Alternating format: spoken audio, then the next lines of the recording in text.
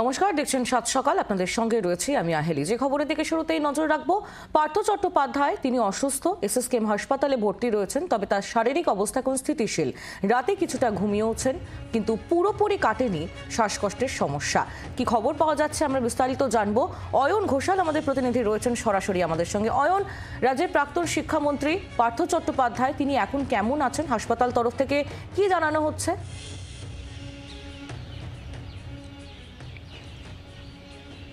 যে অবস্থায় তাকে গতকাল হাসপাতালে ভর্তি করতে বাধ্য হয়েছিলেন চিকিৎসকরা, সেই অবস্থা থেকে তার কোনো উন্নতিও হয়নি, অবনতিও হয়নি। অর্থাৎ তিনি একই রকম বা স্থিতিশীল রয়েছেন। পার্থ চট্টোপাধ্যায়ের বিগত 2.5 মাস ধরে শ্বাসকষ্টের সমস্যা হচ্ছে। তিনি শুনানি পর্বে একাধিকবার, অর্থাৎ যতবার তার ফিজিক্যাল প্রোডাকশন হয়েছে আদালতে, তিনি প্রত্যেকবারই আদালতকে জানিয়েছেন তিনি অসুস্থ, এবং এই অসুস্থতার গ্রাউন্ডেই তিনি একাধিকবার জামিনের জন্য আবেদন করেছেন, যে আবেদন নানা কারণে নামঞ্জুর হয়েছে। কিন্তু পার্থ চট্টোপাধ্যায় গতকাল প্রেসিডেন্সি সংশোধনাগারে সকালের দিকে বুকে ব্যথা অনুভব করেন। এরপর শ্বাসকষ্টজনিত সমস্যার কথা জানান জেল কর্তৃপক্ষকে। কর্তৃপক্ষ প্রেসিডেন্সি সংশোধনাগারের ভেতরে একটি ছোট হাসপাতাল রয়েছে, সেখান থেকে ডাক্তার পাঠান। ডাক্তার কিছু ওষুধ দেন।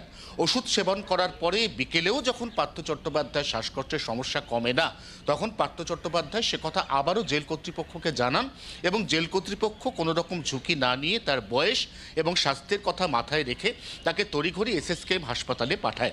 সেখানে এমার্জেন্সি ওয়ার্ডের নিচে চেয়ারে বসিয়ে তাকে প্রাথমিকভাবে নেবুলাইজার দেওয়া হয়। তারপরেও দেখা যায় যে তার ফিজিক্যাল প্যারামিটার খুব একটা লক্ষণীয় উন্নতি করছে না বা রেসপন্ড করছে না। এই অবস্থায় চিকিৎসকরা তাকে এমার্জেন্সি অবজারভেশন ওয়ার্ডের 40 নম্বর বেডে ভর্তি করে চিকিৎসা করার সিদ্ধান্ত নেন। ডক্টর নীলাদ্রি সরকারের অধীনে তার চিকিৎসা চলছে। ইতিমধ্যে চিকিৎসার জন্য মাল্টি ফ্যাসিলিটির একটা মেডিকেল বোর্ড গঠন হয়েছে, তবে বোর্ডের সদস্য সংখ্যা কত তা এখনও পর্যন্ত এসএসকেএম সূত্র স্পষ্ট করে জানায়নি। আজ সকাল 11টার সময় এই মেডিকেল বোর্ডের সদস্যরা পার্থ চট্টোপাধ্যায়কে দেখবেন, তার থরো এক্সামিনেশন করবেন। কয়েকদিনের মধ্যে, বলা ভালো ফেব্রুয়ারি মাসের একেবারে প্রথম দিকেই পার্থ চট্টোপাধ্যায়ের জামিনের শুনানি রয়েছে। এই শুনানির দিন তাকে কোর্টে ফিজিক্যাল প্রোডাকশন করা যাবে কি যাবে না তা নির্ভর করছে জানুয়ারি মাসের এই বাকি কটা দিনের মধ্যে তিনি এসএসকেএম এর হাসপাতালে ডাক্তারদের চিকিৎসায় কতটা সাড়া দিচ্ছেন তার উপর।